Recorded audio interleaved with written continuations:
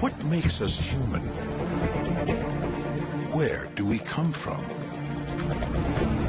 Ever since Darwin put forward the idea that we evolved from apes, scientists have wondered about those first creatures that left the ape world and crossed into ours.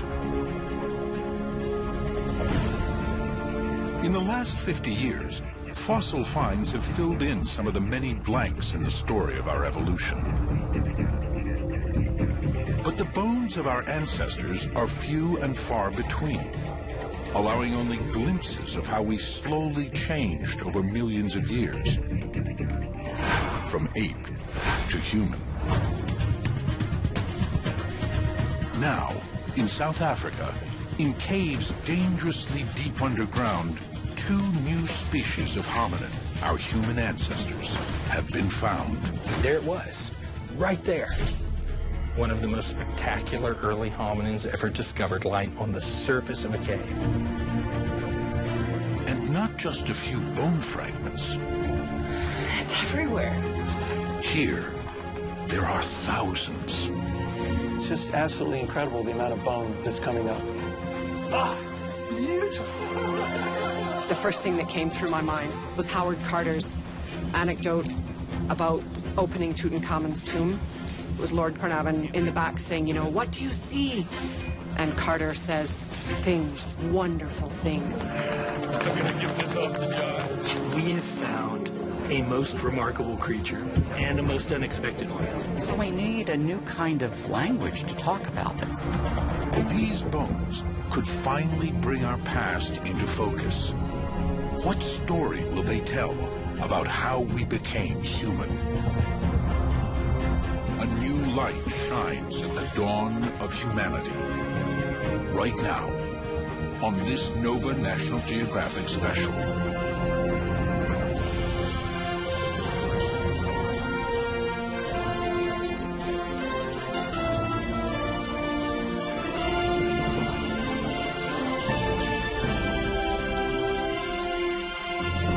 Major funding for Nova is provided by the following.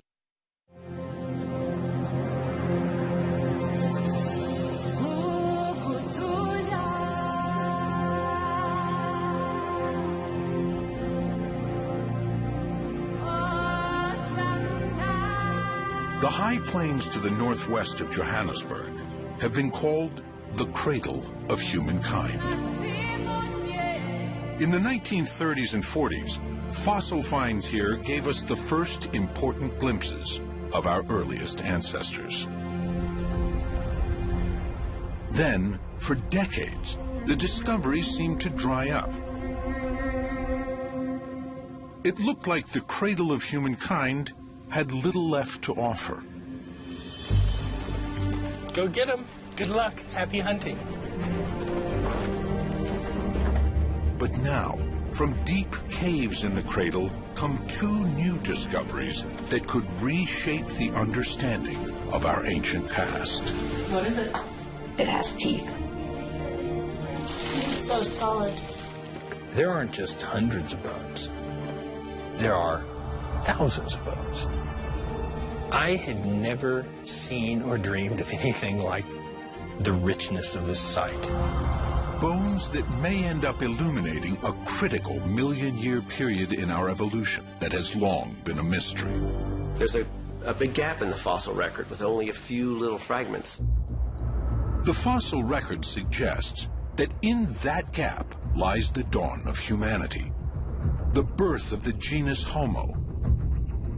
It's perhaps the least understood and most important episode in our evolution.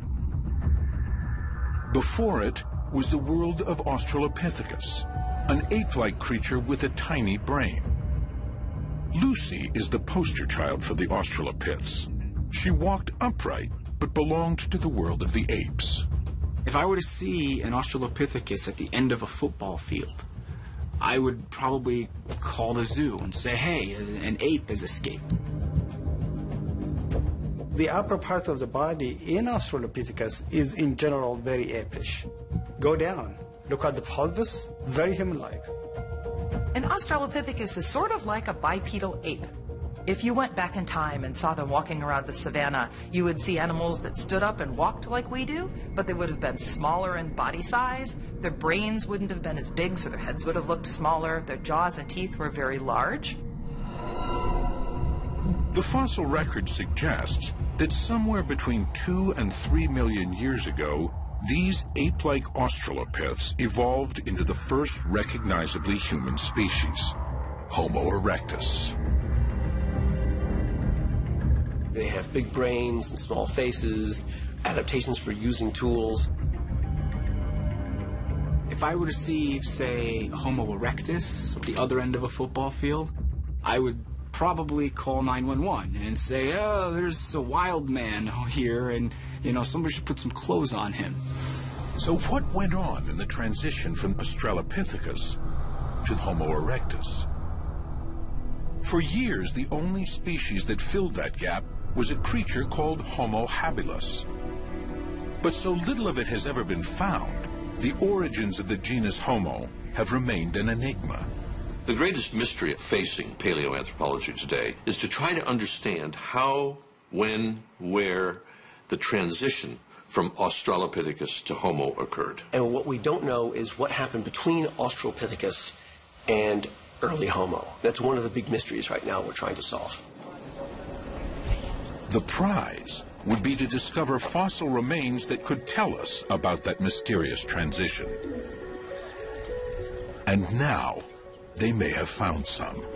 There you can see 2 foot bones in articulation. Emerging from ancient caves in South Africa are fossil finds of astonishing richness.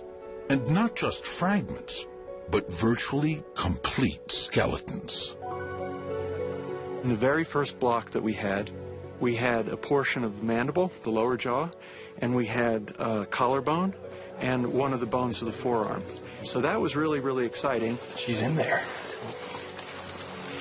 We have a skull, we have a mandible, we have a complete scapula, we have a complete clavicle, we have a complete arm, a complete hand, and half of the pelvis, which we can, with reconstruction, make to a whole pelvis. Will these skeletons live up to their promise, offering us a new understanding of the dawn of humanity?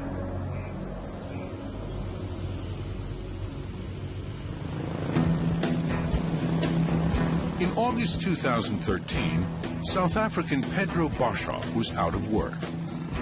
He had been a soldier, a prospector, an adventurer, and even a part-time student of human origins. Now he wondered if he could earn some money doing what he loves most, fossil hunting. Towards the end of August, I approached Professor Lee Berger asking if there would be the possibility of a position at faculty with him. Pedro Boshoff came into my office and said, you know, I need work, I need to, and I have the same belief as you that there's more out there. Lee Berger started exploring the area of South Africa known as the cradle of humankind in the early 1990s.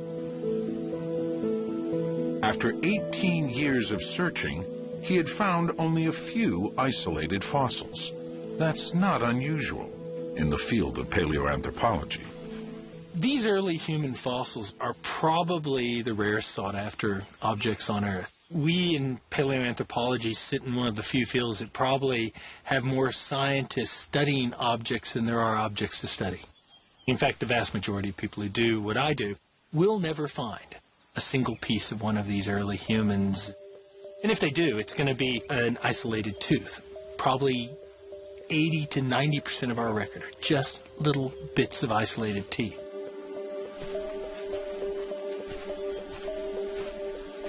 Just to the northwest of Johannesburg, the cradle of humankind is riddled with limestone caves. Some have already yielded fragmentary fossils of our remote ancestors.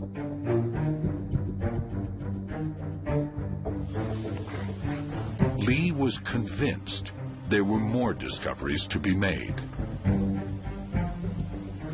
I'd known Pedro for 20 years. And I said, you know, go out there and list your caving buddies, get underground, and see if you can find something.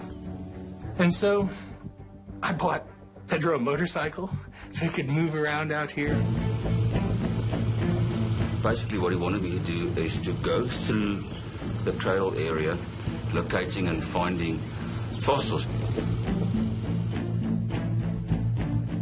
So I sat, as I often do, on a rock and I contemplated how I'm going to approach this. And then it dawned on me, I'm part of a caving society, having caved in this area for years. And in that I found Rick and Stephen.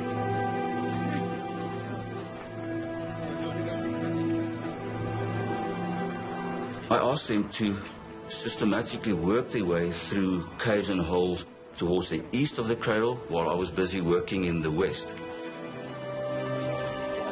We often don't look in the places that are most familiar to us because we think we know them well. I call it backyard syndrome. And so I said, you know, start right under our noses. Go to the most well-known places.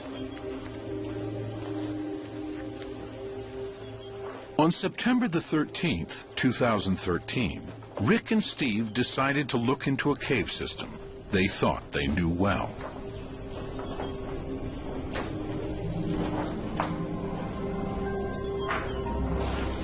It's called Rising Star.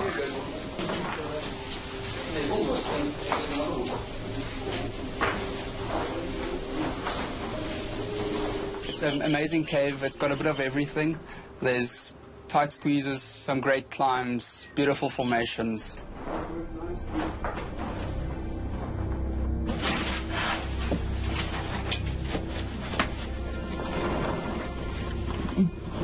Rick and Steve headed deep underground.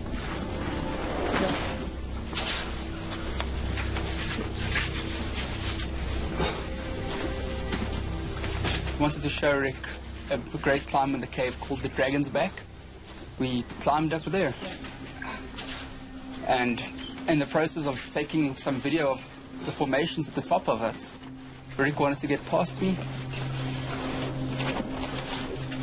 So I went down a small little crevice, basically so that Rick could crawl over me.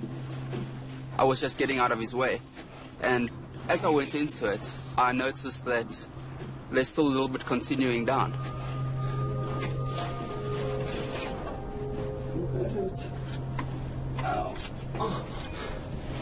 Once in the crevice, Steve realized there was nothing below his feet.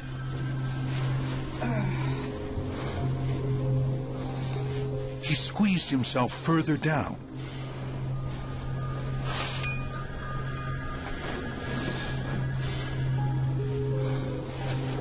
Every time you go down, it just goes a bit further and a bit further and a bit further down. You squeeze your body in so that you don't slip, and you feel around for a grip.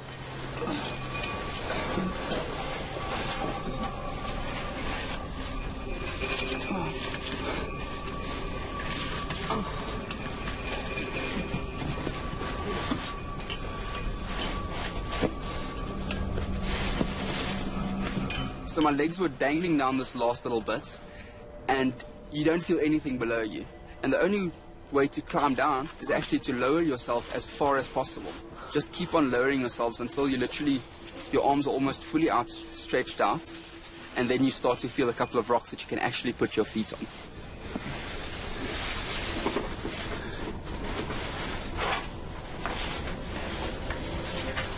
He emerged into a hidden chamber.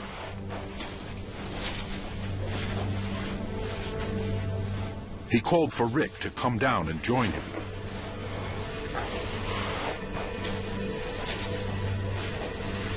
They could see massive rock formations above their heads. But the real discovery was beneath their feet.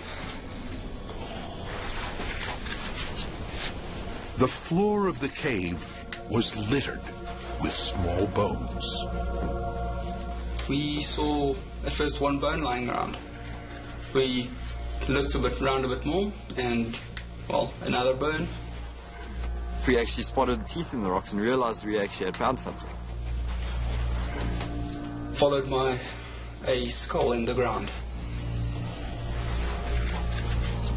And finally, one of the most interesting ones is the mandible, with 4 teeth in it.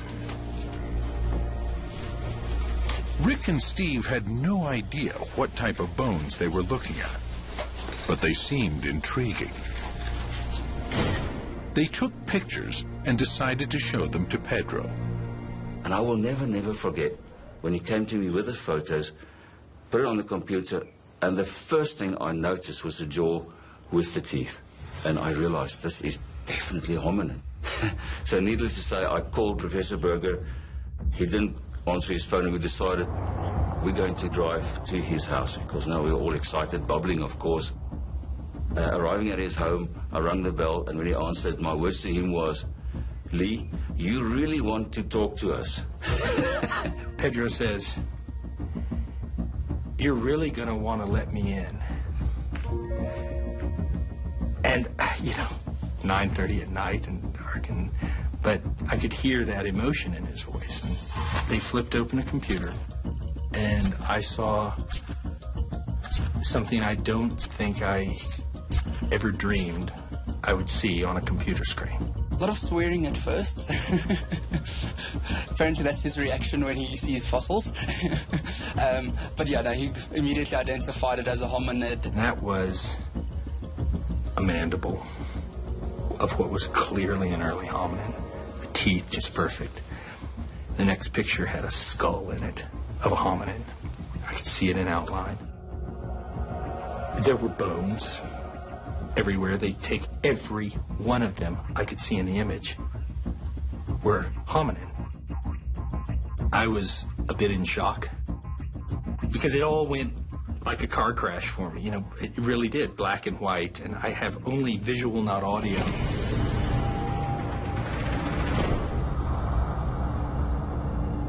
Hominins are all creatures in the human evolutionary line, including Australopiths, Homo erectus, and us.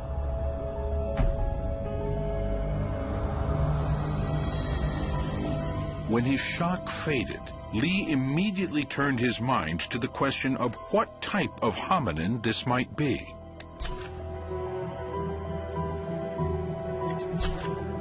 From what he could see, Lee thought it was a single individual. Probably one of those Australopiths that came on the scene some 4 million years ago.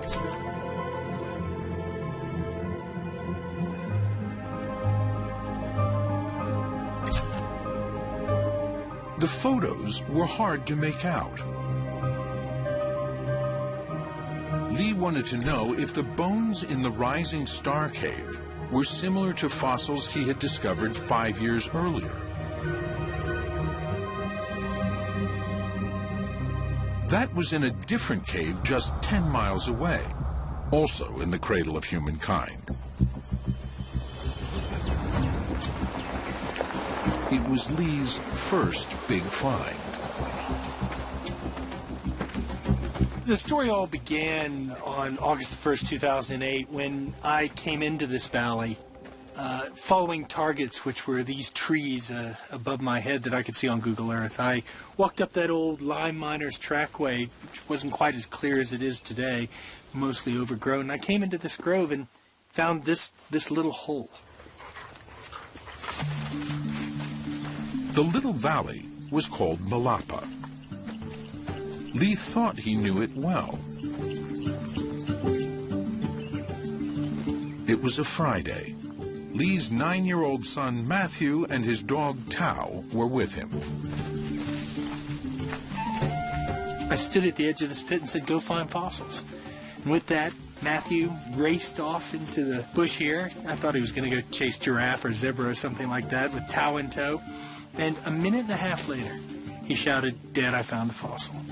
Sitting right over by that lightning-struck tree, he had stopped and found a little rock. And I almost didn't go and look, because I knew he'd found an antelope fossil, because that's pretty much all we ever find. I saw a fossil. I didn't think it was hominid. I just thought it was an antelope because we find thousands of those. So I started walking towards him, though, because I had to see what he found him 5 meters away. I realized that sticking out of that rock was a hominid clavicle. I couldn't believe it.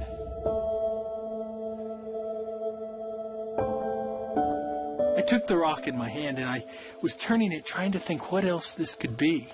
And as I turned the back of it over, there sticking out of the back was a mandible and a canine. And that's when I realized that an extraordinary thing had taken place. After almost 20 years of searching in the cradle of humankind, Lee finally had a major discovery. He had his son to thank, but also a crew of Welsh miners who had come through the valley 100 years ago. And they'd come through this area looking for limestone to build Johannesburg. And they would blast these caves apart looking for that rich, white, pure limestone, and they'd burn it and make cement out of it. In the 1880s, Johannesburg was a gold rush town, little more than a collection of shacks. But it sat on some of the richest gold seams ever discovered. As the gold kept coming, so did the gold prospectors. The town grew, and construction crews were desperate for limestone, essential for cement and gold processing.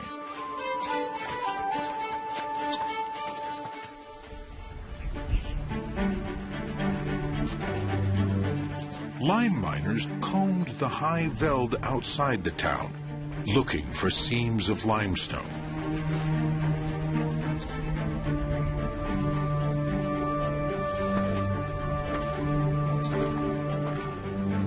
Although they likely didn't know it, these seams concealed remnants of ancient cave systems and were full of fossils.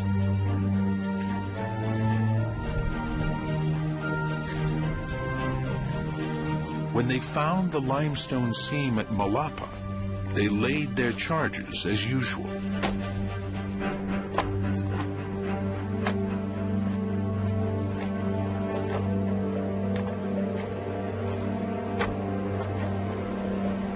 They came in here and put in 3, at the most 4 blasts.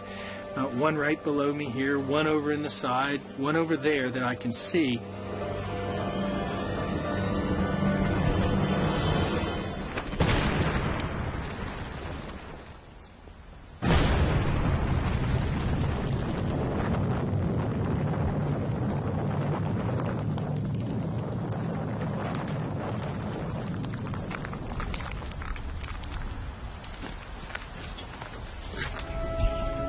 Then, for some reason, the miners never collected the blocks of lime and left the blast hole largely untouched. I'm not sure why they did that, but what they did do in that process was expose just the edge of these remarkable skeletons. They damaged it just enough so we could find this site and could make these fossil discoveries, but not too much so that they destroyed the evidence. It really is a miracle. It was in one of the rocks scattered by the blast that Matthew found the collarbone of a child. But that was just the beginning. The hole where the miners planted the dynamite would soon yield so much more.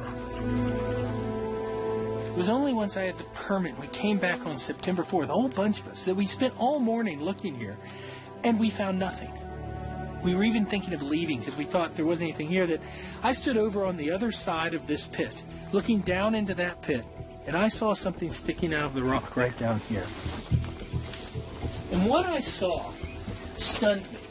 And I climbed down the pit and looked right over here, and there, sticking out of the wall, was the proximal humerus of a hominid. I couldn't believe it. I did my PhD on those. I climbed closer, and as I got closer, I realized there was a scapula, the shoulder blade in place. And I came even closer and put my hand on the wall, right here. And 2 hominid teeth fell into my hand. Then I said something. And that started the second part of this remarkable story. Everyone piled down in here at my feet with proximal femur in a block here that clearly belonged to the child. What was amazing was it never crossed my mind that this wasn't the child that Matthew had found. How could you find two skeletons at a site like this? What it would turn out to be, of course, was a second skeleton, the female skeleton.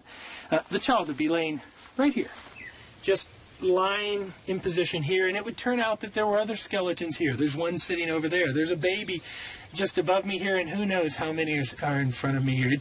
It really is a treasure trove of paleoanthropology. One by one, they took out blocks of stone they thought might have hominin fossils in them, remnants of our ancient human family.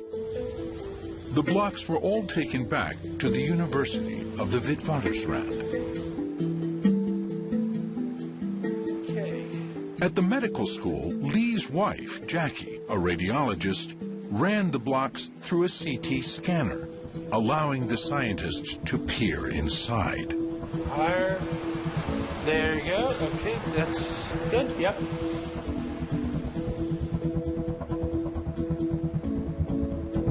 What one of those blocks revealed was stunning. A slice came through, and you could see an entire skull. I was dumbfounded. I could not, in my wildest dreams, believe an entire skull could be sitting in this little rock. Then began the painstaking job of freeing the skull from the rock that had encased it for possibly millions of years. It took me 3 months to get it out. I was the first one that saw this. And you can't describe it to anybody. It's beautiful. I mean, it's been in the ground for 1.9 million years, and you're the first person to see that. I thought, well, you're beautiful. I basically brought this boy back to life. Finally, the skull was free.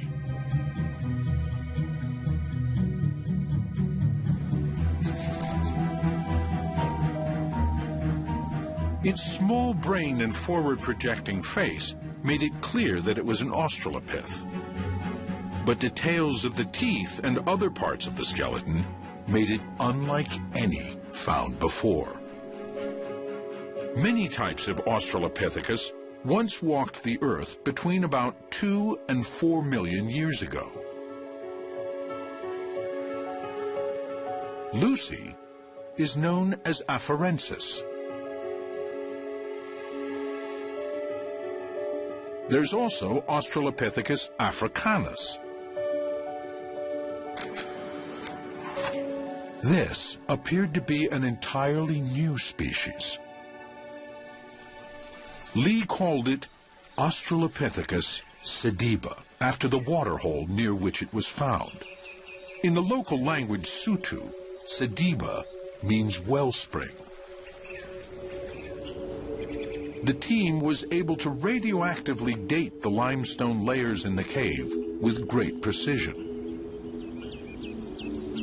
The layer containing the sediba skeletons was 1.97 million years old.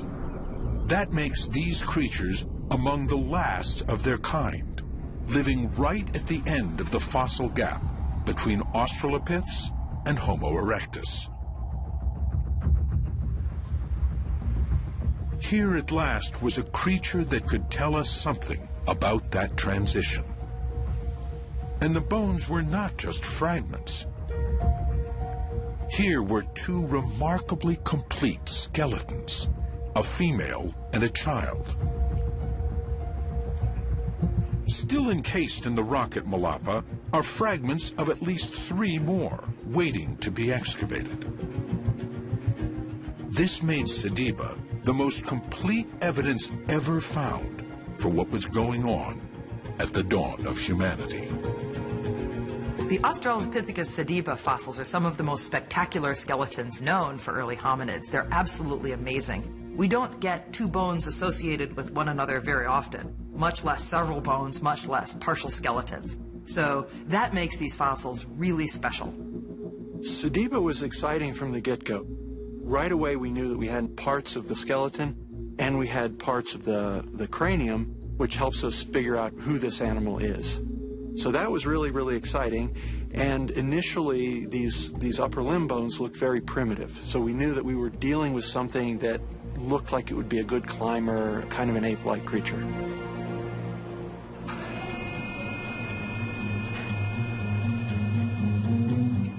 Peter Schmidt's job is to reconstruct Sediba's skeleton. Unlike past fossil finds, here the skeletons are so complete there doesn't have to be much guesswork. By scanning and mirror imaging, Peter can fill in any missing bones with great accuracy. From the CT we got a few thousand slices now, and Aurora has to put everything together to form a 3D model. And then we have to cut the model because the pelvis we already casted. So we only need the rib cage. But the right rib cage we have already, but we need now the mirror image of that. And the computer helps us to do the mirror image in a second.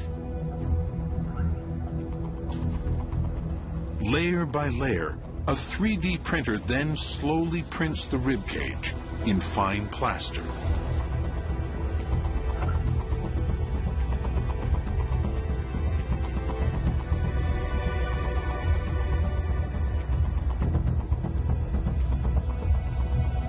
Wow, beautiful. Finally, Peter has assembled a complete skeleton. It's highly unusual. All Australopiths are a mix of ape and human, but Sediba has a unique mosaic of features scientists have never seen before in the same creature. The arm is very long, like in a chimpanzee, but the hand is with short fingers and a very long thumb, like a human hand, which was never found until now, because this is the most complete hand ever found in this period. Job Keeby, who was with Lee and Matthew when they discovered the skeletons, has been working on the Sediba hand. He's found an unusual combination of ape and human features here, too. What's special about Sediba's arm and hand is that we know Sediba has a very long arm, which is more chimp-like. But Sediba has a very human-like hand. For example, Sediba has a thumb which is longer relative to the other fingers, which indicates a human-like condition. Sediba's hand, with its opposable thumb and forefingers, is so human that it could have been a tool user. But since no tools were found, that remains only an intriguing possibility.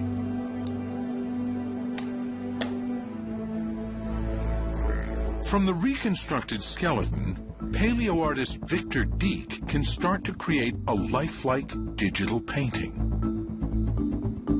By virtually applying tissue thickness markers carefully calculated from the known facial tissues of living primates, he can build up a realistic impression of Sediba's face.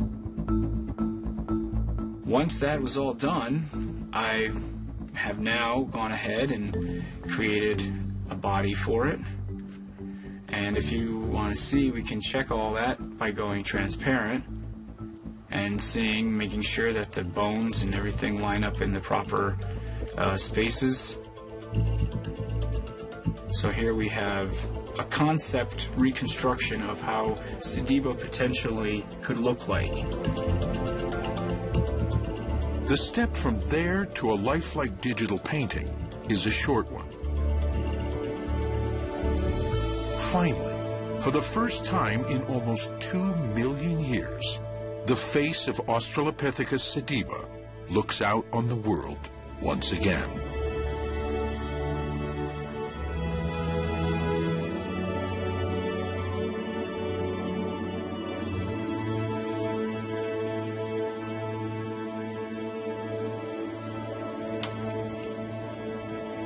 But the true revelations will come from the bones themselves. because they are so well preserved, these fossils will give scientists unprecedented insights into the lives of these ancient creatures. Everything from what they ate to how they died. Such details might help explain the Australopith's transition into our genus, Homo. They might also prove or disprove a highly influential theory about the dawn of humanity. A theory inspired by the very first discovery of an Australopith fossil.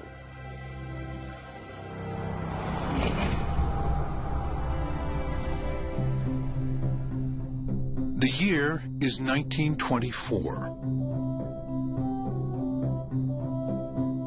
Anatomist Raymond Dart teaches at the University of the Witwatersrand in Johannesburg. His hobby is fossil hunting, but he never imagines he will find a human ancestor. Nobody at the time believes we had evolved in Africa. Well, in the late 19th century, fossils were found in Europe with the Neanderthals. They were found in Asia with the earliest known examples of Homo erectus. No one really had a sense that anything interesting occurred in Africa. Darwin and Huxley predicted that our origins would be in Africa based on comparative anatomy. You know, they looked at the skeletons of chimps and gorillas, and they looked at ours, and they went, well, they're so close to us, and they're more close than anything else, so it must have been in Africa. And then the sort of second generation of evolutionary biologists shied away from that. They started to find fossils in Europe, they started to find fossils in Asia, and of course that tied in very nicely with sort of racist, imperialistic thoughts of the day. They couldn't abide the thought of it being in Africa. In late 1924, Raymond Dart receives a package. He sees it's from the mining town of Tong in South Africa's northwest province. And in that box is a fossil. And this is a game-changing fossil.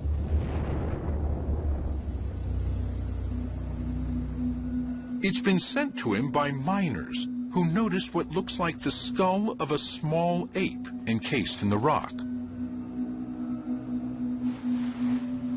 Dart is fascinated.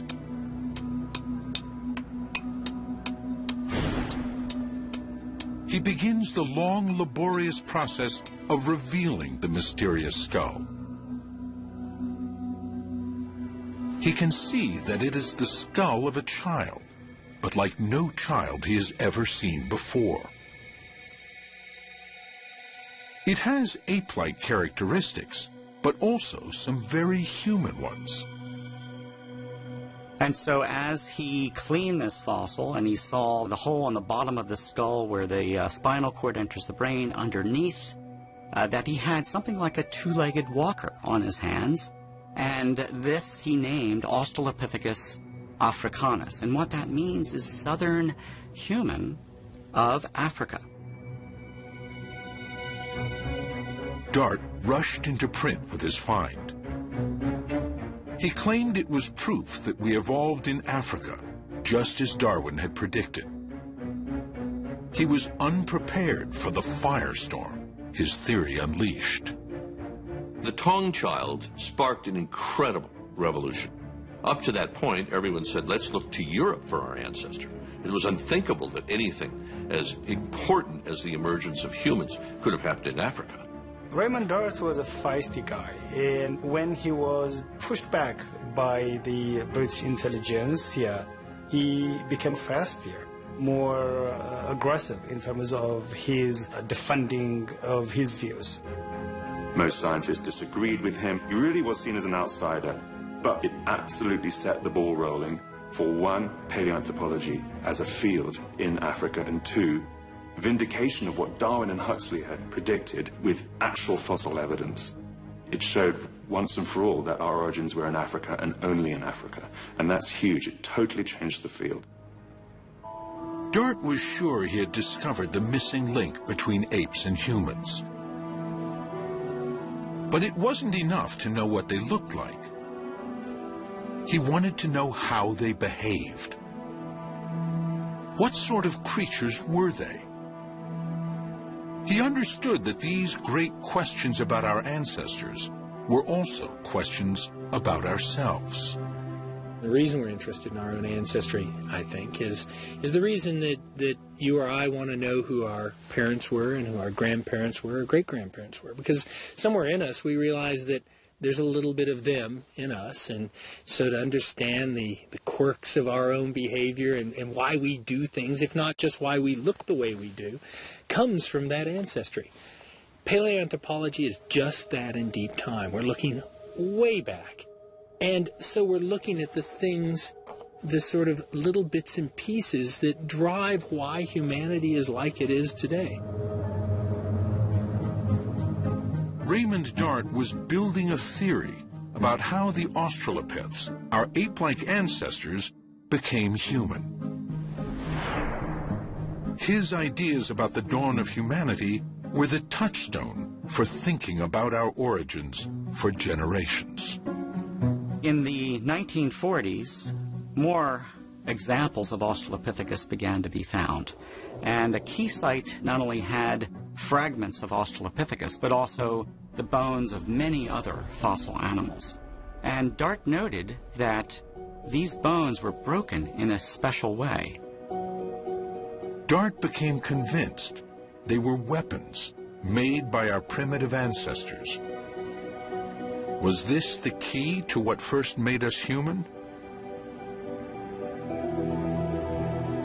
Dart had been a young medic in World War I.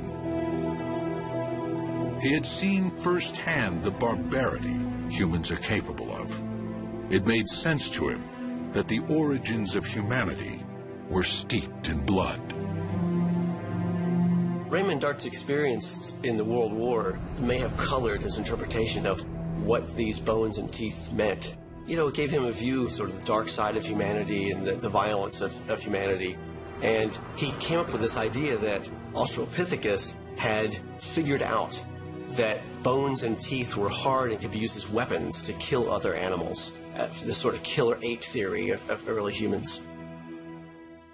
Dart believed that the more aggressive and adventurous of our ape-like ancestors abandoned their forest environments and moved into savannas. There, they became hunters and predators. His theory that this violent transformation gave rise to humanity soon found an audience far beyond the small world of paleoanthropology. In the 1950s, there was a drama critic and playwright named Robert Ardrey who became very interested in human origins. And he went to Africa and spoke with Raymond Dart, and Robert Ardrey, being a dramatist, could write like anything, and he wrote this amazing book published in 1961 called African Genesis. African Genesis became a pop science publishing sensation of the early 1960s. Ardrey's ideas, building on those of Raymond Dart, helped frame public debate about the dawn of humanity for the next 20 years. The very first sentence in that book, I remember because I read it as a teenager and was enthralled by it, "Not in innocence and not in Asia was mankind born." And in that one sentence, he encapsulated Raymond Dart's ideas, that it was an African genesis, and that where we came from was not from an innocent creature, but from the most violent of killer apes. One of Robert Ardrey's greatest fans was the filmmaker Stanley Kubrick. At the time, he was planning a film based on the science fiction novel 2001, A Space Odyssey. It was to be a meditation on human technology run wild. On a mission to Jupiter, the spacecraft's computer turns on the crew.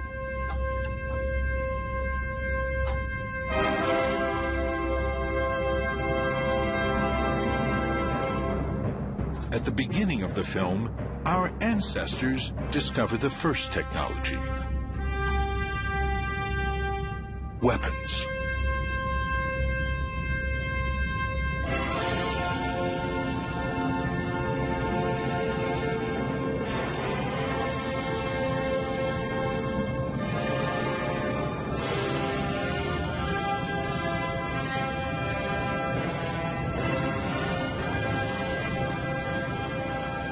Eventually, they will use them on each other.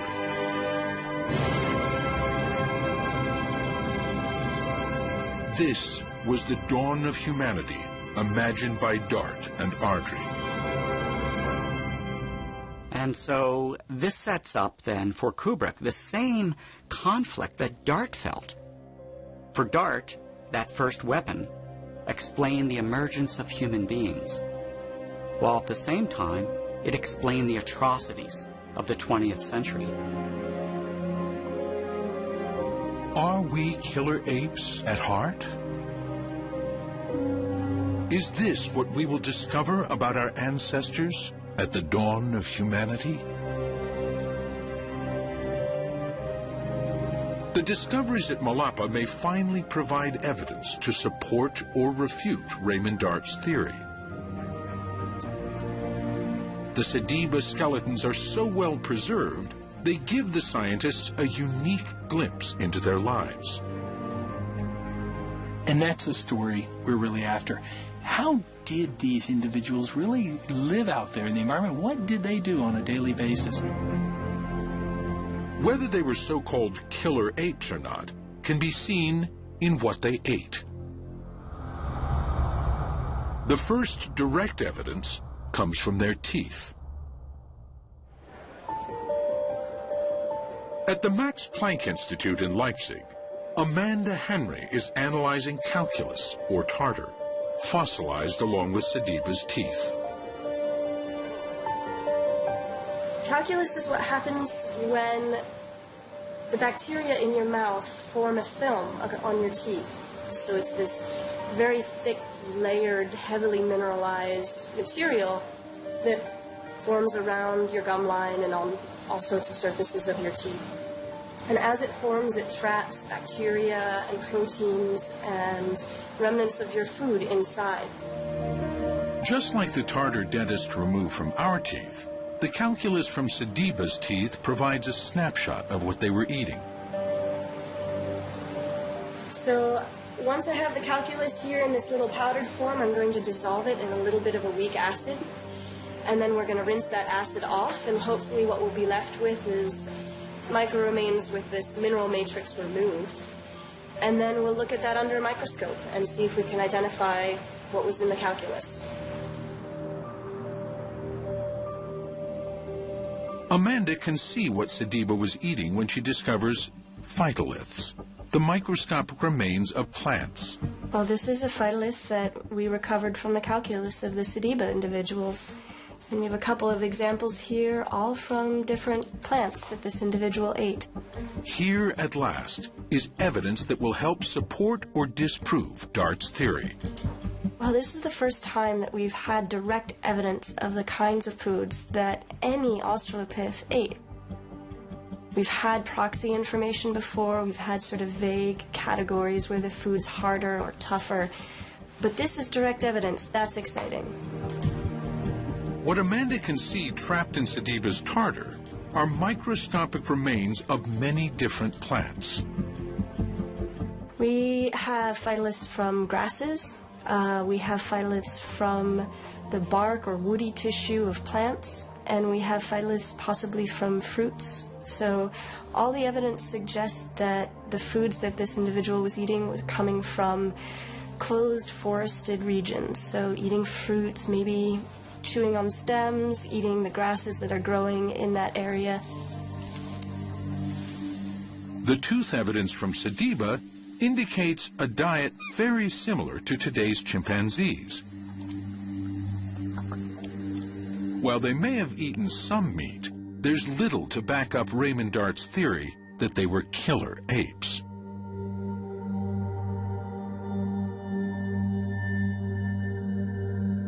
So later scientists came and looked at the evidence and found that there were tooth marks in the skull of an Australopithecus individual, and that was just really compelling evidence that Australopithecus, maybe instead of being the predator, was the prey.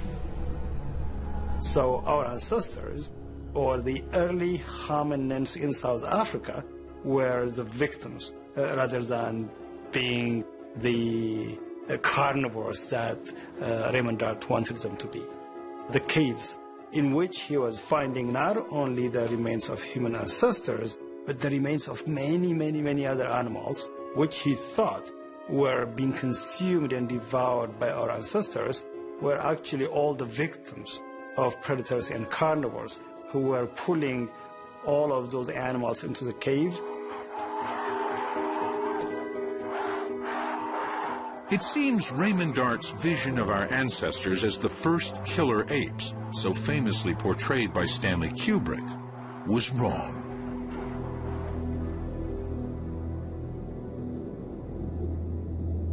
The Sediba's skeletons are so well preserved, they offer the team a chance to investigate not just the lives, but the deaths of these individuals. They can analyze the 2-million-year-old death scene almost as if it were a forensic case. I mean, we're looking at the preservation of organic material here. These animals are articulated the way they died. The breakage patterns may often be a result of the moments before or shortly after their death. So far, the team has excavated the skeletons of a female adult and a child. So the female is this one, and the juvenile is all the bones in blue, all of these. But they were found very close to each other. Aurore Val has been creating a virtual reconstruction of the scene at the bottom of the cave.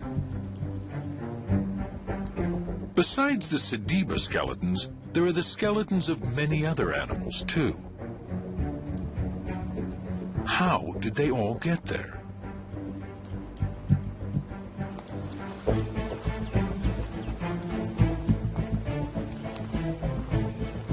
Two million years ago, Malapa was a much deeper cave. Landscape erosion has reduced it to a small depression in the ground. But when Australopithecus sediba was around, it was a cave system about 90 feet deep. Imagine a vertical shaft going up. There's probably water dripping down, roots hanging down. Right here is the curled up body of the female. Lying right there is a child's body, the 13-year-old boy. There are other animals all being eaten by bugs and going through the usual process of decay. This reconstruction shows the Sediba death scene in great detail. Now, the team want to know how all these creatures died. Were they dragged in by predators, or did they fall? The man to answer that question is Patrick Randolph Quinney. He's an eminent forensic anthropologist, more accustomed to working on murder cases and mass graves.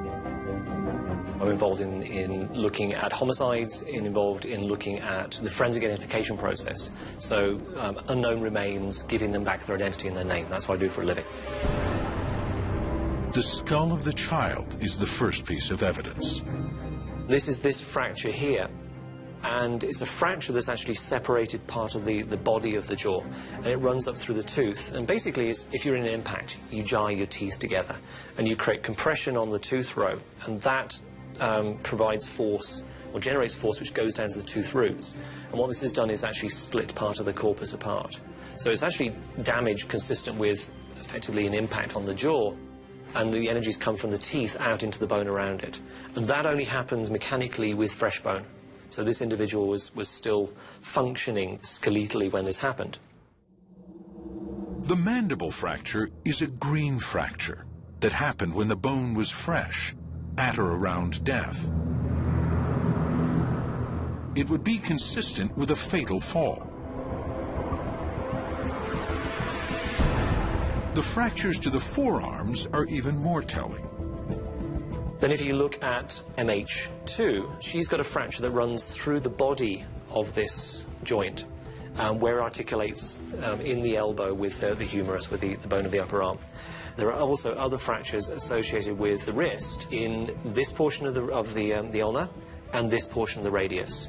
And we've actually got fractures in the scaphoid and the trichettal bone in the wrist as well. And what this appears to indicate is that putting your hand out to stop yourself. This seems to be good evidence the individual was alive when she fell. The cave at Malapa was probably a death trap. Were they searching for water and lost their grip? Perhaps they were trying to escape in terror from some predator. Whatever the reason, they fell and died either immediately on impact or soon after.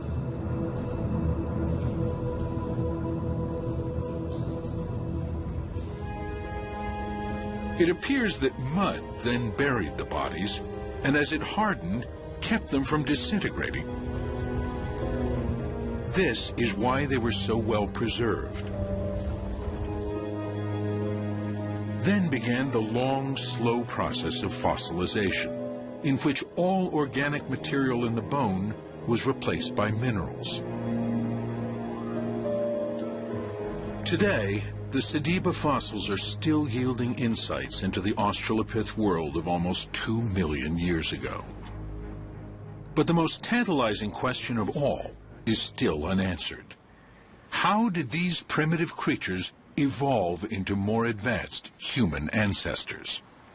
To find out, scientists need to find perhaps the most elusive fossils of all, the first members of our genus Homo.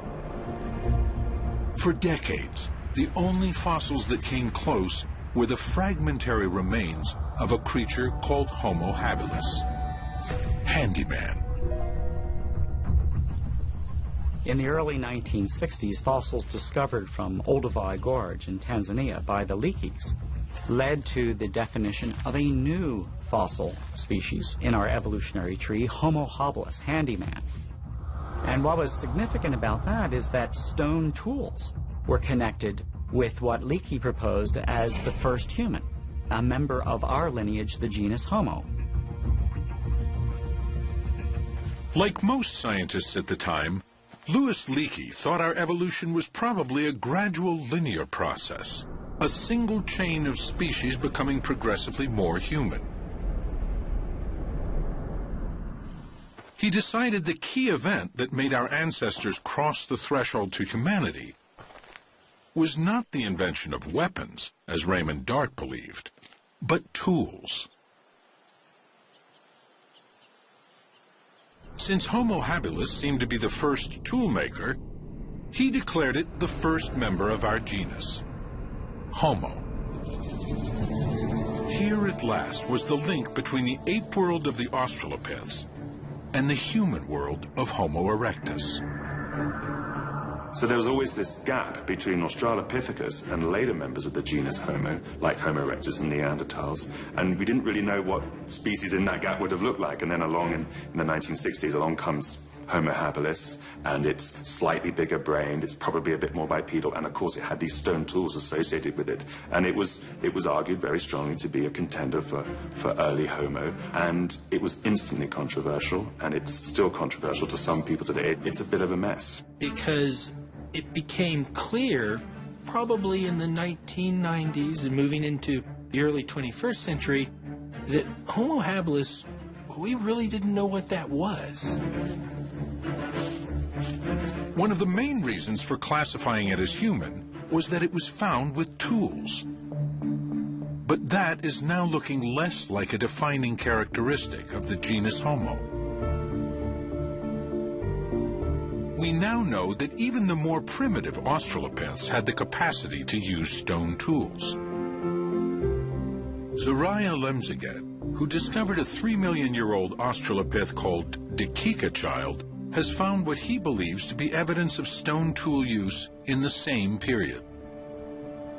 if you were defining Homo habilis as a tool maker, tool user, then what do you make of it when you see that Australopithecus was doing the same thing?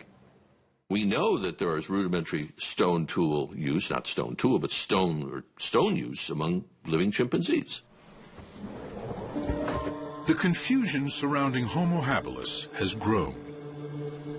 It's been compounded by the fact that so little of it has ever been found. Colleagues have said, if you had a shoebox, you could put all those fossils that might be early members of the genus Homo into it and still have room for a good pair of shoes. With so few fossils to go on, scientists had little they could say for sure about the first members of our genus, Homo. This was the situation when the two young cavers, Rick Hunter and Stephen Tucker, made their discoveries in the Rising Star Cave. When Lee saw the photos from the fossil chamber, he could only hope they would clear up the confusion. Was it another Sediba, or was it even Homo habilis? The only way to find out was to bring up the fossils. Lee knew there was no time to waste. I had to make a decision. And about, just before 1 a.m., I decided that history would never forgive me if I did not act right then. Just 5 weeks later, the Rising Star excavation was beginning to take shape. Its planning had taken some ingenuity. Lee knew he would never be able to get down to the fossil chamber himself. In places, the chamber entrance was less than 7 inches wide. I put a call out on Facebook saying I need skinny scientists who are not claustrophobic, who are cooperative, who can work together in a dangerous and difficult environment. And I need you available by the 1st of November. I saw Lee's Facebook post, actually, and on a whim, I applied for it, and the next thing I know, I got asked to interview, and from there, just things started happening really quickly. I saw a call that came out on Facebook from Lee that was looking for skinny scientists, skinny paleoanthropologists that weren't claustrophobic and that would be able to fit into a slot that was about 18 centimeters. And that was very intriguing. I didn't say what had been discovered. I didn't say anything about what I thought it was. They only knew it was me in South Africa, and it was clearly underground. I thought I'd get 3, 4, 5 applicants. I really did. I mean, how many people in the world could be qualified and fit that criteria? Within 10 days, I had 57 qualified applicants from all over the world. Most of them women. One morning I woke up and there was a call for tiny, experienced archaeologists from Lee Berger, and I thought, that's me. I received the Facebook post via a friend who saw that it was an ad for a small archaeologist with caving and climbing experience, and she said, "That's you." I'm almost finishing a PhD in physical anthropology, osteology, so this is my area. I'm an archaeologist, so I can study up quick on the paleo stuff. I'm a PhD candidate specializing in evolutionary biomechanics, so more on the paleoanthropological side of things. It really seemed perfect. In fact, when I read the call out to my husband, he said, well, they might as well have just meant, written Marina is wanted over here. The Rising Star expedition was to be a new kind of paleoanthropology, tailor-made for the age of social media and the internet. I held Skype interviews, and I did a few things in that. the 11 people I'd shortlisted out of this spectacular list of applicants. Lee explained a little bit about how the cave was found and shared with us some video footage and the initial photographs that Steve and Rick took. And he told us about the conditions of traveling into the cave. So, you know, he wanted to make sure that we really knew what we were getting into. It was mysterious. It was very enticing for that reason, you know, sort of wondering what sort of circumstances they were that necessitated asking for small people with excellent paleontological skills. In the Skype interviews, I wanted to see these people face to face, but I also wanted to test some things. I needed to know that if I shut the cameras off, which I did for many of them, I wanted to hear if they could respond to me. Because I had already designed by then this system of communication. I knew I was never going to, I will never set foot in that chamber. Then maybe a day after that, I was told I was a go. It was so fast, so fast. And sent off emails saying, congratulations, pack your bags, expect to be here in the first week of November. Then I got the email that said that I got it, and characteristically I bust out crying and just kept reloading my email to make sure, refreshing it, just like, really, it's really there, and I screamed so loud. It was a very quick process. The ad went up, and then the interviews happened the next week, and found out a day later that I was accepted to the project, and all of a sudden I was rearranging my schedule and waiting for the plane tickets and packing up and reading quickly of everything that I needed to know, and so it was fast and furious getting ready for this. My brain was just like a flurry. It was like an explosion of glitter and confetti. It's everything. It's like every best birthday and Christmas and Hanukkah and Kwanzaa, and it's everything all at once. I figured if he thought I could do it, if Lee thought I could do it, then I could do it. I had no illusions that this was going to be easy. Nothing like this had ever been done, certainly in the African context, I knew, and perhaps ever, anywhere. And I knew I had to have everything from medical support to safety support to the design of the infrastructure underground and above ground and all the things that go on with a scientific expedition.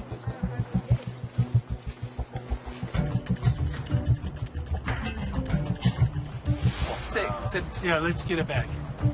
As the camp was set up, Pedro, Rick, and Steve readied the cave for the excavators. Give me a caving bag, Green, yes. Safety lines, lights, cables, and cameras were installed. The possibility for accidents was ever present. Lee rehearsed safety procedures over and over again. Critical issue is no one panic. Yes, we see him. A command post was set up, from which he could watch virtually every part of the cave. I really began to get a feel for what I was putting these young women into as the cavers who were laying over 2 kilometers of cable. And I think they were terrified, and I was terrified. They were still untested. We took them through the caves, testing their capabilities in this system. And so we reached the 10th, which was my intended day of going in, and we tested systems. Everything worked. It was a little sloppy, but it worked. We tested safety. It all worked. And by the early afternoon, we were ready. You'd be surprised. I'm actually a person, a gentle soul. Is it weeping in the corner like a golem? Marina, Becca, and Hannah have been chosen to go down first. Still, nobody knows exactly what they will find. I've seen a skull. I've seen the other pieces. I am pretty sure that we have got quite a lot of a skeleton of at least one hominid. That, of course, waits to be seen, and it's going to happen pretty fast now over the next several hours.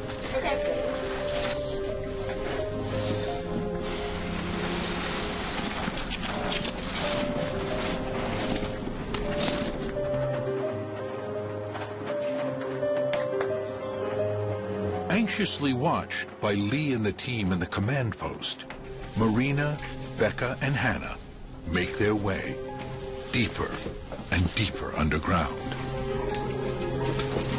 The descent is difficult, and as I looked down, I thought, oh, you know, I don't know if I can do this. But then once I was committed to go down, it was actually much easier than I was dreading. Just trying to also slow it down a bit because I've got the GoPro running. It was just an amazing feeling to realize how far away you are from everyone up top in the command center, and to just fully realize what you're down there to do. I became a little bit overwhelmed, but then you also have to turn that off in some sense because you're only down there for a limited amount of time and you have a job to do, a very important job to do. Going down the chute for the first time was, honestly, it wasn't as bad as I thought it was going to be. Then you come into a landing zone and there's a hallway to pass through. It's not really a squeeze, but it's a narrow passage to pass through, and then the chamber opens up again.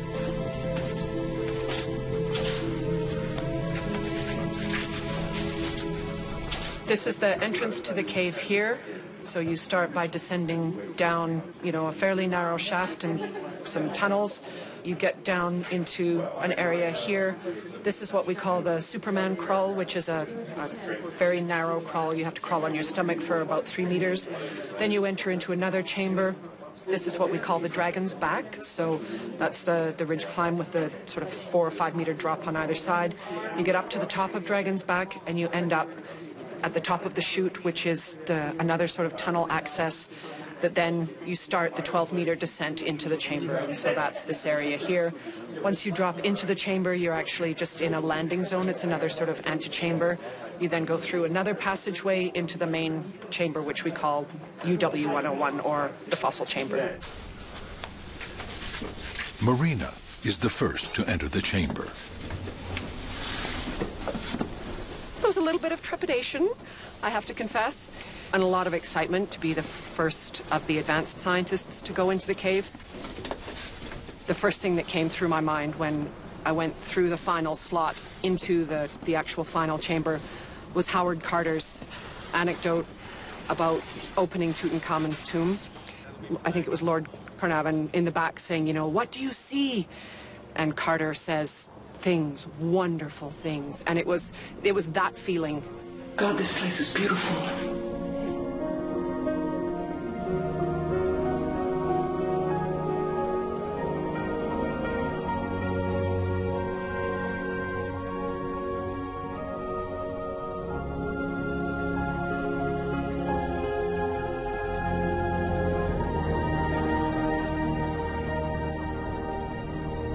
First of all, the cave is beautiful, just geologically beautiful. And then you look down, and there was just a sea of bone. And it was obviously just not regular bone. So, yeah, it was amazing. Amazing. And then I saw them enter this chamber. And we got the camera set up, and you could see their feet moving. And it was surreal. Be very careful.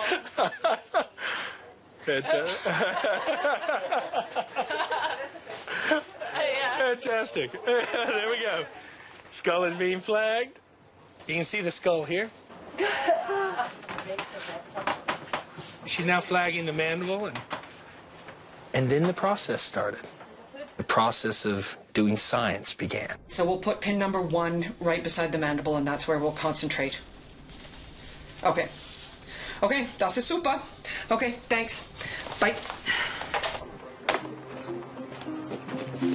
Yeah, that's perfect right there. Okay, gonna start scanning. Okay, scan.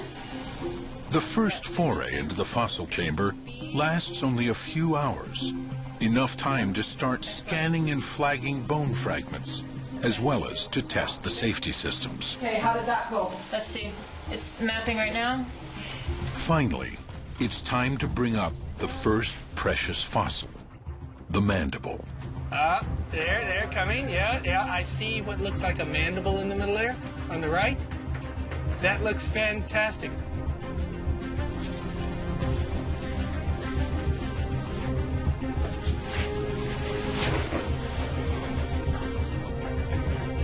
It's Becca who will take care of it on the ascent.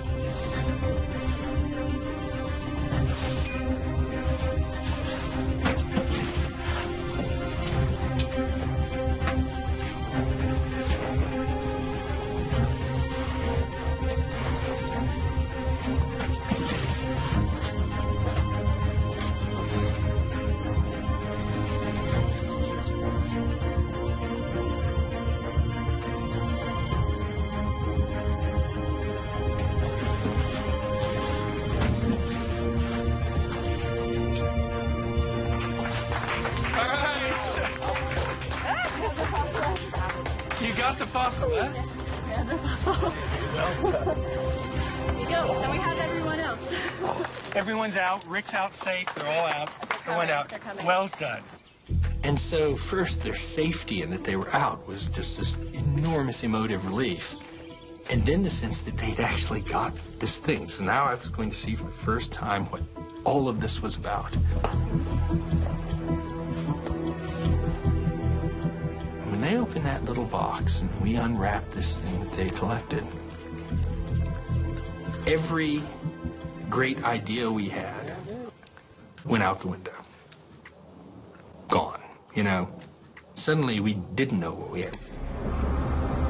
When he had first seen the jawbone in Rick and Steve's photos, Lee had decided it probably belonged to an Australopith. One of the most striking characteristics of an Australopith's face is its large ape-like jaws and teeth. As the Australopiths transitioned into the genus Homo, their faces shrunk. Jaws and teeth became smaller. When he finally had the jawbone in his hands, Lee saw it was too small to be an Australopith. It seemed quite human. Could it be a new specimen of Homo habilis? Or could it be a new transitional species between Australopiths and early Homo? These are the questions on anatomist Peter Schmidt's mind as he studies the mandible from Rising Star. He had this molar teeth and a very strange use of the frontal part here, and luckily we got another piece. So with these two pieces we have a hemimandible which is complete, and then we can put on the mirror image and we have sort of outline. Peter can then compare it to the mandible of Homo habilis. I will take this away, and you see this is the tooth row of Homo habilis. You see also that these are massive teeth, but the tooth row is straight and we have a very strong shelf here. The mandible from Rising Star is clearly more curved. Got another first metacarpal now. It's not Homo habilis, and it's not Australopith. I didn't. They don't know what it is. This is pure confusion. We don't know what to make of it. We realize all of our preconceived notions have to be tossed aside. We can't go into this thinking it's going to belong in this group or belong in that group. We just have to start from literally scratch.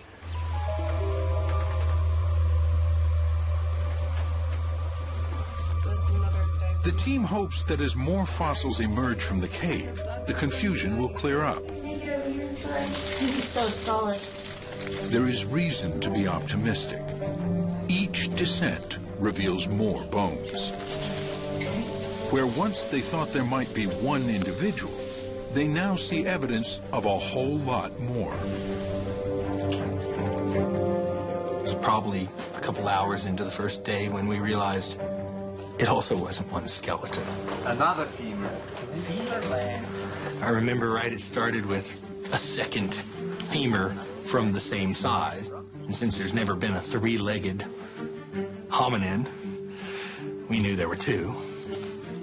And then there were three. I think it was by day 2 there were 4. And we realized we were in something very, very, very, very special. All right, good luck with that, Becca. We can't wait to see you. You've got something we want to see. Every time the scientists in the cave remove a piece of bone, they find more bones beneath it. It's everywhere. I mean, it's all strewn all throughout. Not just the chamber, but the passages leading to it are littered with bone fragments. Oh. At the landing zone where they stop, I get a call on the intercom. We found another tooth. It was just sitting there. I was trying to find a nice place to sit, and there it is. It just caught my eye. Rick was sitting there as a safety caver, waiting, and he kicked the dirt, and hominids fell out. You have to pass me up some flags. Do you have enough flags? By the afternoon of day 14 in the expedition, we were overwhelmed. I'd started with one safe to hold one skeleton. Day 3, we had 2 safes. Day 4, we had 3 safes. Day 6, people were going, we need more safes. Woohoo! Tooth und more.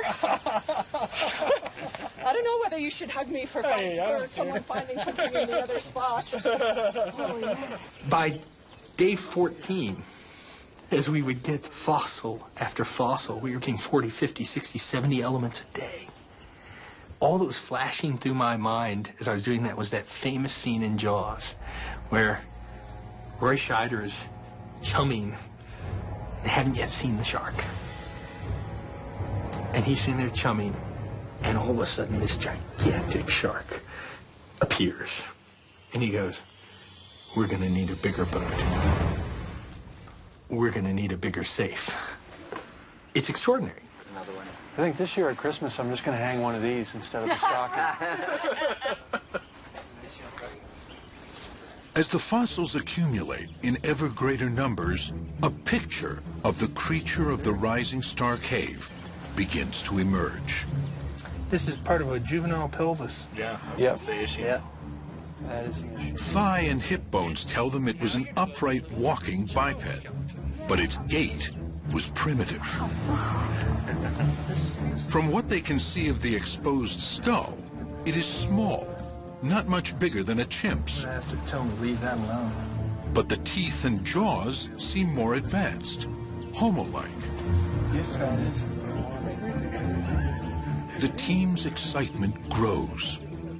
It's beginning to look as if they have found another species from the dawn of humanity. But on which side of the Australopith Homo divide will it fall? One of the key fossils that will tell them that is the skull. They are saving that until last.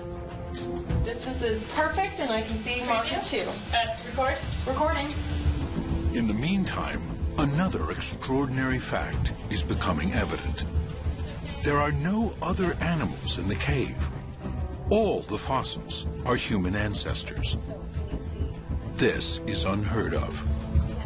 It was pretty surprising that something completely normal to every other excavation I've ever been in on the continent of Africa, everyone I've ever heard of on the continent of Africa, wasn't happening here.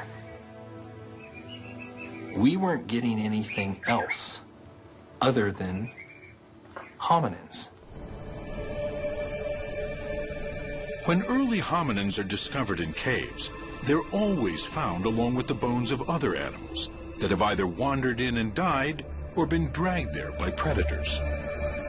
They're mixed with antelopes, generally in huge abundance. Then you get, depending on the circumstance, some carnivores and other bits and pieces and rodents and the stuff that accumulates when things die and are eaten and are dragged into caves.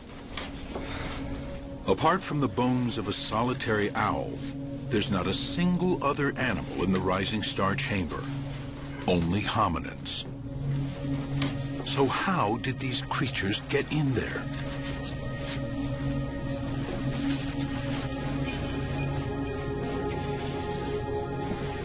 The chamber is very inaccessible, deep in the dark zone of the cave, with no entrance other than the long, narrow chute.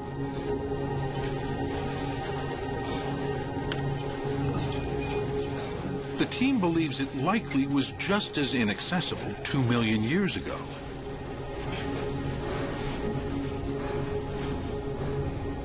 It's starting to look as if the bodies might have been intentionally placed there. Could this possibly be some sort of burial? There has never been evidence of anything like this linked to such a primitive-looking ancestor. So we got that looming in front of us and don't have an answer to it. Until now, the earliest known burials are from about 100,000 years ago and a much more advanced form of early human. The team doesn't have a date yet for the fossils of Rising Star, but it seems unthinkable that such a primitive-looking creature could be disposing of its dead. But that's what it looks like. And the age ranges of the individuals are very similar to what archaeologists find in cemeteries. At the early stages of this expedition, they look like a symmetry population. Very young individuals and very old individuals, and nothing in the middle so far. Doesn't mean we're not going to find middle, but that's what you see in a cemetery when you dig it up. Right now, it looks a lot like that. Will it hold out to be that? That will be a mystery I want to see solved. And we're left with this conundrum of, you know, is what we're looking at, you almost don't want to say it out loud. It's a mystery with profound implications, but one that will require further analysis before anyone is willing to back it wholeheartedly.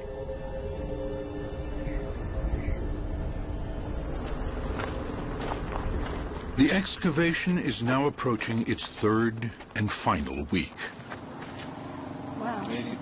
Perhaps the most important bone has been left until near the end: the skull.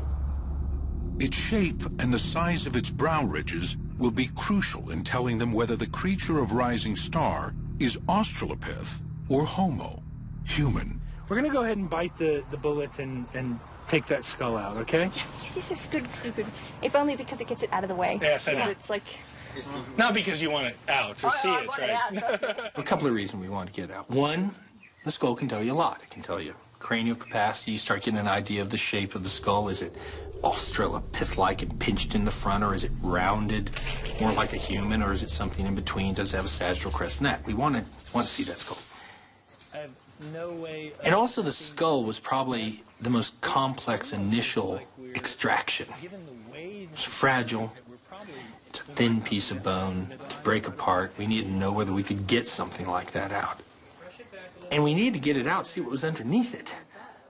Whether this was a skeleton or whether there were lots of individuals associated with each other. So there was all this tension.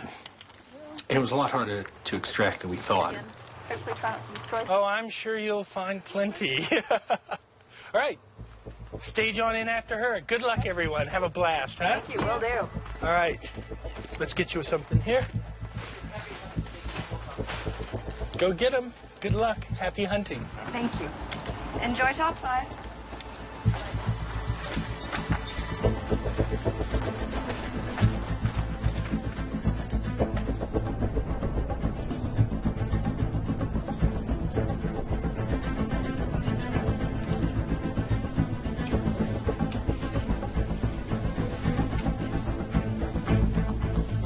The skull is extremely fragile.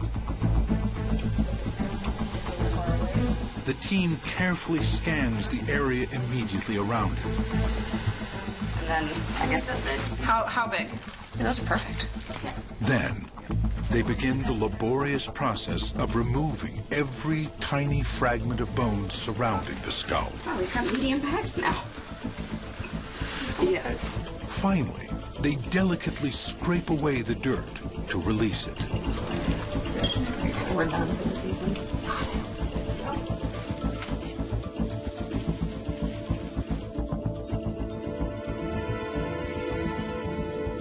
Everyone was feeling all these points of tension around the sides of the skull when we knew it was imminent coming out. We only had 2 people down at the bottom.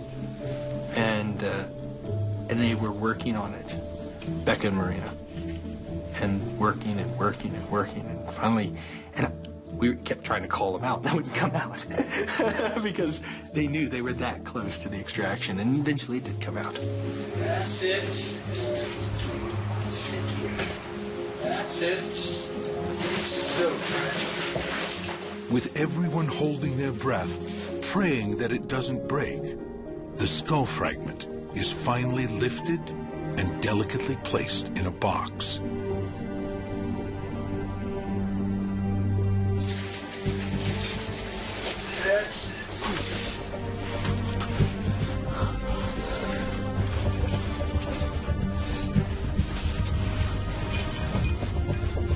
Then it begins its slow ascent, leaving the cave for the first time in possibly millions of years.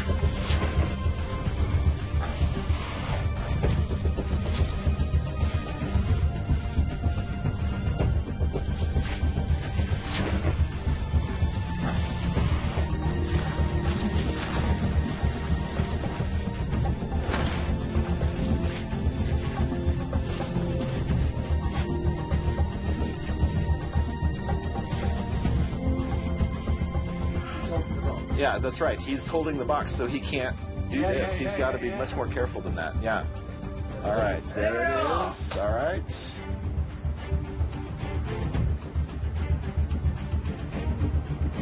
How fantastic. Wow.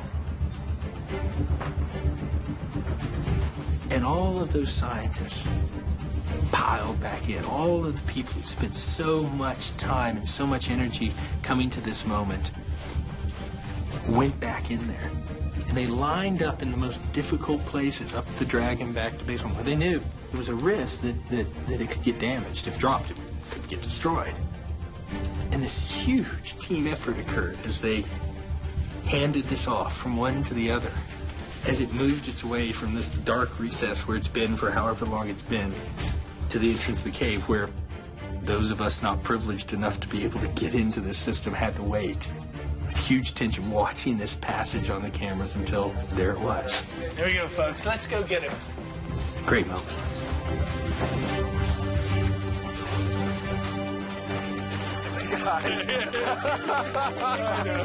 Like Rocky moments,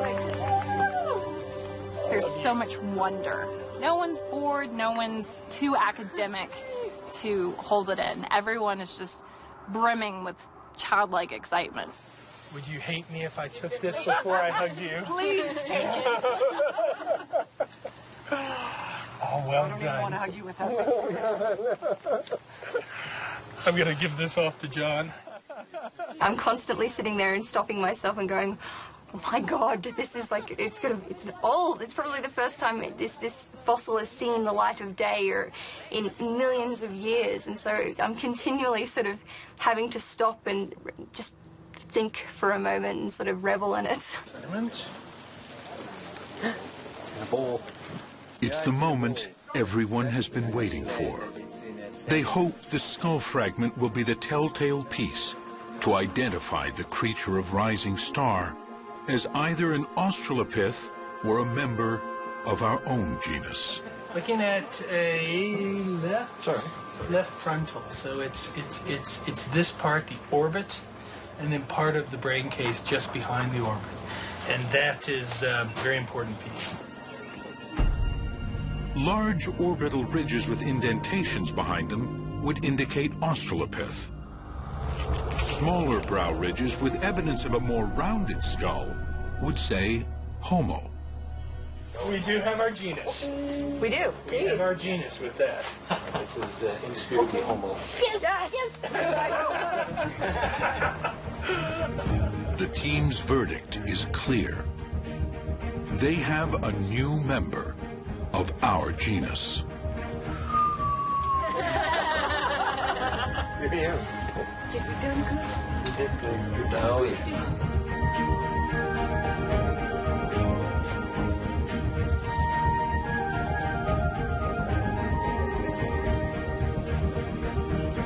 Now the question is, what can it tell them about the mysterious dawn of humanity? We are certain that this is in the genus Homo, our genus, and we are certain it's a new species. And that's where we are right now. The idea that we've discovered a large number of individuals, males and females, young and old, of a new species in the genus Homo.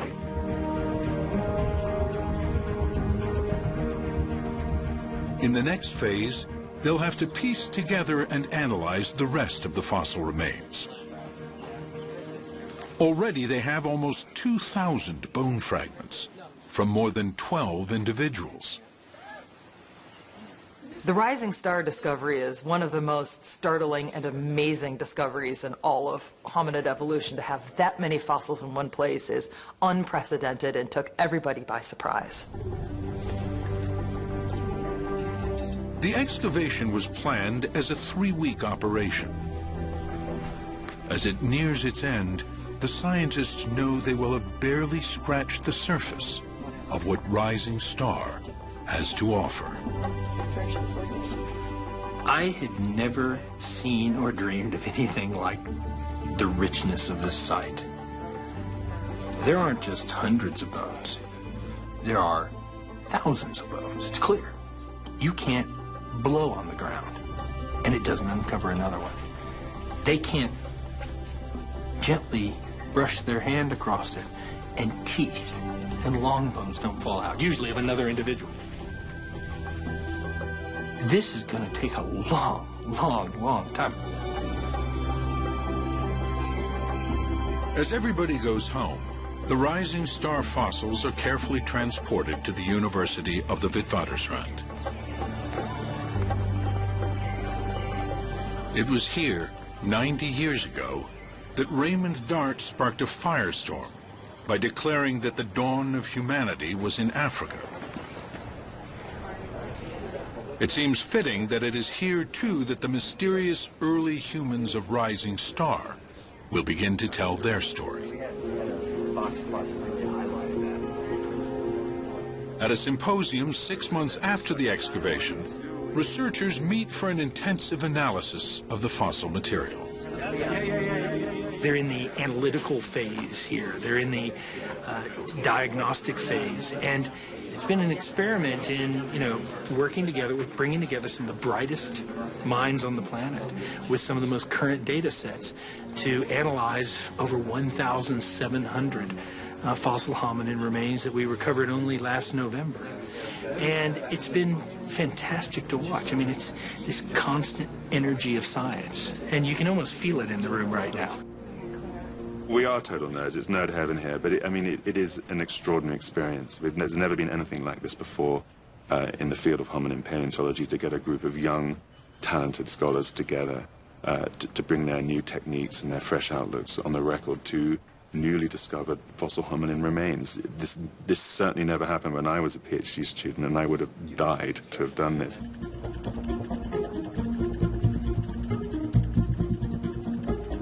As the analysis goes on, the bones from the Rising Star cave are finally ready to be presented to the world.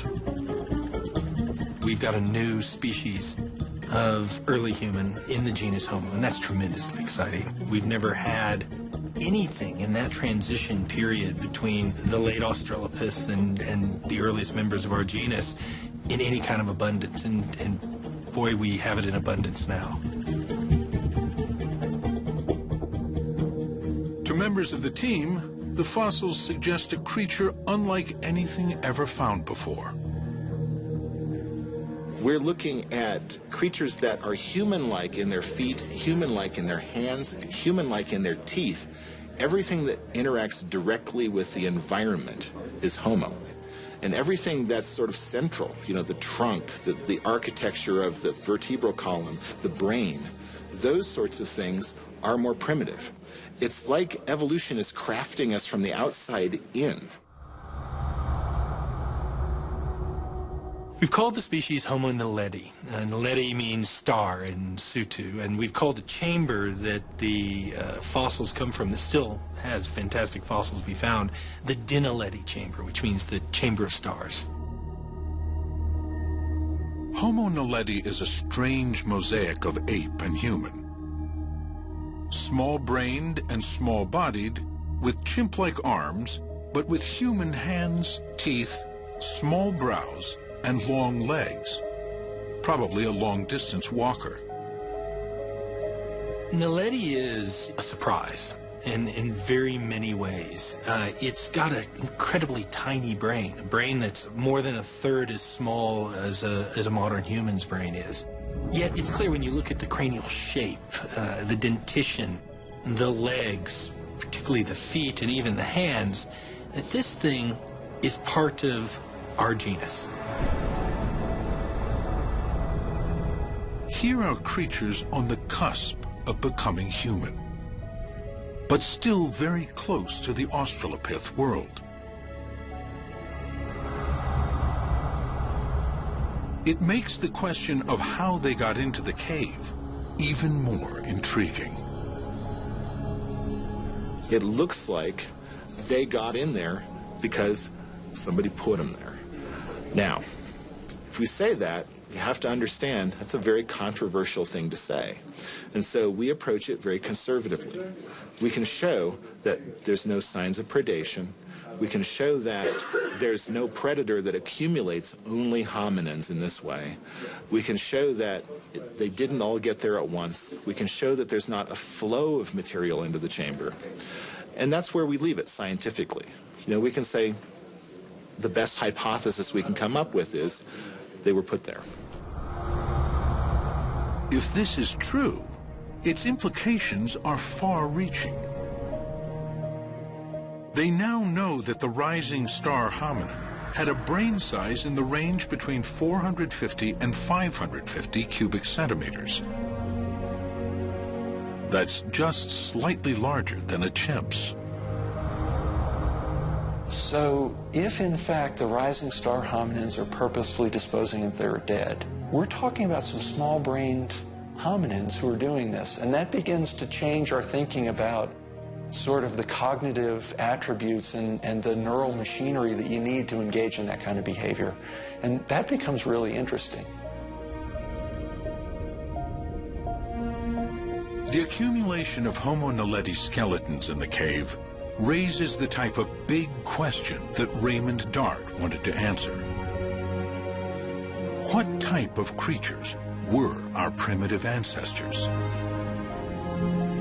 If the Naledi skeletons have indeed been intentionally disposed of, some sort of burial, it would indicate already quite advanced social behavior.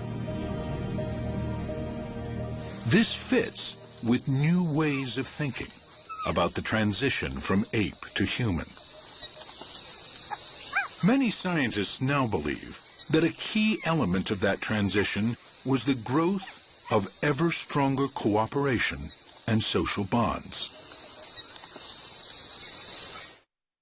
Psychologist Michael Tomasello has spent a lifetime comparing the social behavior and capacities of chimpanzees and human children. Well, there's social and there's ultra-social, and all mammals are social to some degree. Great apes are especially social in the sense that they form long-term relationships with others and have bonding relationships with others, and they groom, they support each other in fights. So they're very highly social creatures. But a lot of it is organized around competition. So a lot of it is organized around coalitions to fight over food and so forth. And in humans, we of course haven't lost our selfish and competitive streak, but we've become so much more cooperative. Not perfectly cooperative, but much more cooperative. The fact that we can sit in an airplane with 300 or 400 individuals of breeding age that we aren't related to and not rip each other apart is a uniquely human character, and it was evolved on this landscape behind me, because Africa is a harsh place, and we as early humans had to evolve cooperation in order to survive here. We didn't have big canines and sharp claws. We just had each other. Humans are the most highly social primates ever to walk the earth. We bond and form relationships far more complex than any other primate. So if the rising star chamber is indeed a burial, perhaps this would suggest that here at the dawn of humanity, those more complex social bonds had begun to take shape.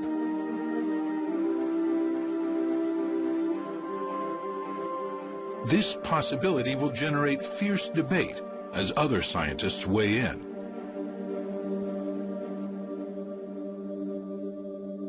But how do these discoveries change the narrative of human evolution? There's an old refrain in paleoanthropology. People always say, we need more fossils, we need more fossils, we need more fossils. But the fact of the matter is, more fossils just complicate the picture. One compelling question to be answered is, where do these new fossil ancestors fall on our family tree?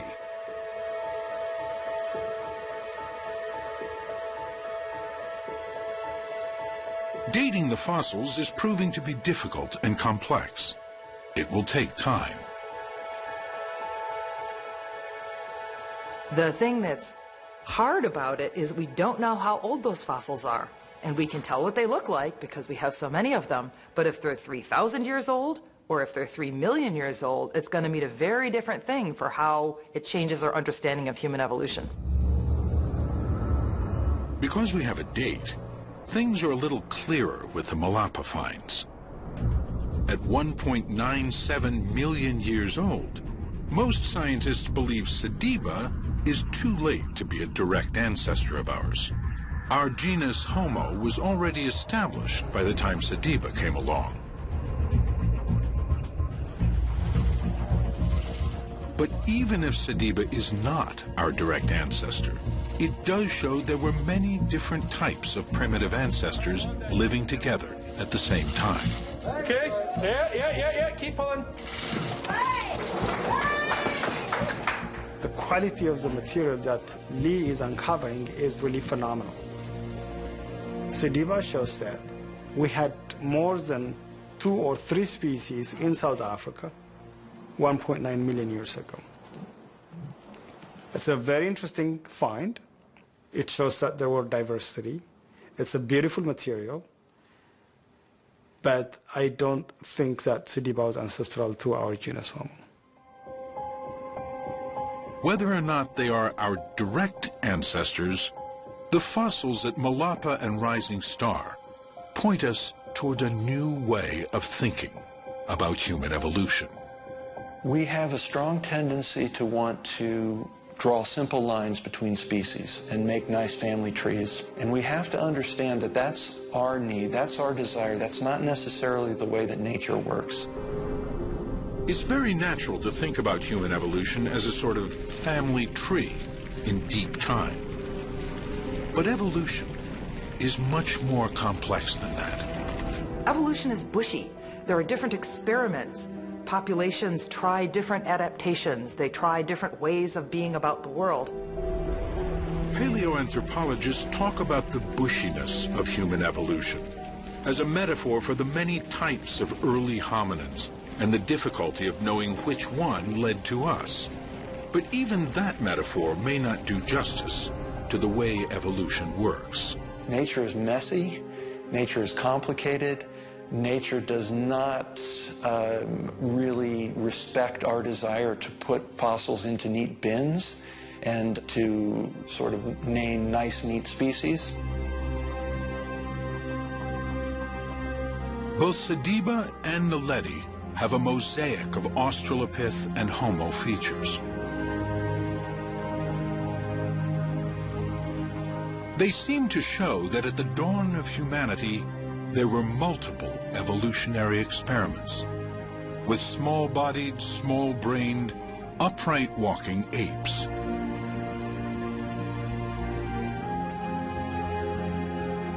Scientists now know some of these varieties of late Australopith and early Homo lived together at the same time. And some of them may have been interbreeding. These aren't fully formed species, and there's a lot of interbreeding between these groups. Some adaptive features are evolving in one group, other adaptive features are evolving in other groups, and by interbreeding, those are coming together. And if that's the case, we may never be able to draw neat lines between any of these groups and later Homo. Perhaps now we need a new metaphor to help us understand our evolution, one that expresses better the dynamic and fluid nature of it. Now perhaps the best metaphor is a braided stream. And that's brought on by discovery of these mosaic hominids like Naaledi, Sediba, and others that are showing us there's lots of experiments going on. Some of these evolutionary experiments died out. Others came together and interbred. The ebb and flow of genes through these groups was probably so complex that we may have to give up hope of discovering a simple linear evolution. So imagine in your mind a glacier in the top of a valley, and what happens is as it melts, it creates many, many rivulets, and some of them are large and some are small, and they all move off down the valley. And almost inevitably, at the end of that valley is going to be a lake, of which some, maybe the majority, but not all, are contributing to. I think we have to begin looking at these species we're finding as almost individual channels in a braided stream. It's clear they have something to do with the end population, and that's us, the billions of human beings alive today. But it's hard to tell which one's the most responsible for us being here. The new finds on the plains of South Africa are adding a vital new chapter to the story of our origins. The tantalizing gap in the fossil record at the beginning of our genus is being slowly filled in.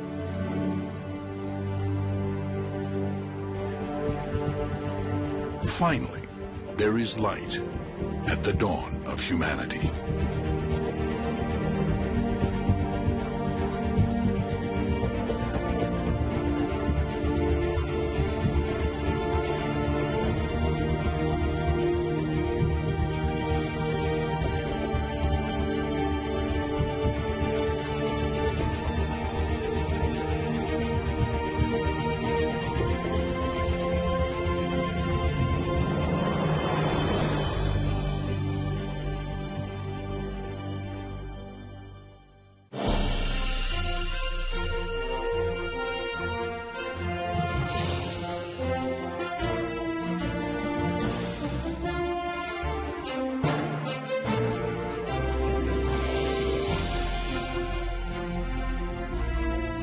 This Nova program is available on DVD. To order, visit shoppbs.org or call 1-800-PLAY-PBS. Nova is also available for download on iTunes.